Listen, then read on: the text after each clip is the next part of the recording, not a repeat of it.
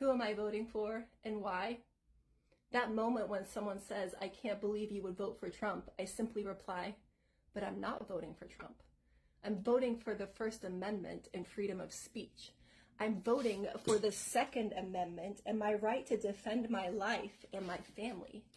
I'm voting for the next Supreme Court justices to protect the Constitution and the Bill of Rights. I'm voting for the continued growth of my retirement and reducing inflation.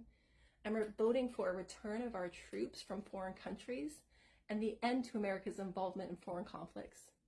I'm voting for the Electoral College and for the republic in which we live. I'm voting for the police to be respected once again and to ensure law and order.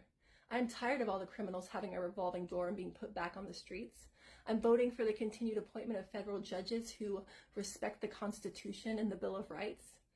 I'm voting for keeping our jobs to remain in America and not be outsourced all over the world to China, Mexico, and other foreign countries. I want USA made. I am voting for secure borders and to have legal immigration. I am voting for doing away with all of the freebies given to all of the illegals and not looking after the needs of the American citizens first. I'm voting for the military and veterans who fought for this country to give the American people their freedoms. And I'm voting for those unborn babies that have a right to live. I'm voting to keep men out of women's sports, and I'm voting for peace in the Middle East. I'm voting to fight against human child trafficking, and I'm voting for freedom of religion. I'm voting for the right to speak my opinion and not be censored. I'm voting for the returning of teaching math, history, and science instead of the indoctrination of our children in pronouns.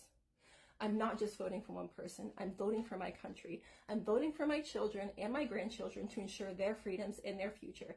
If you want this kind of country, you need to vote Trump Vance 2024.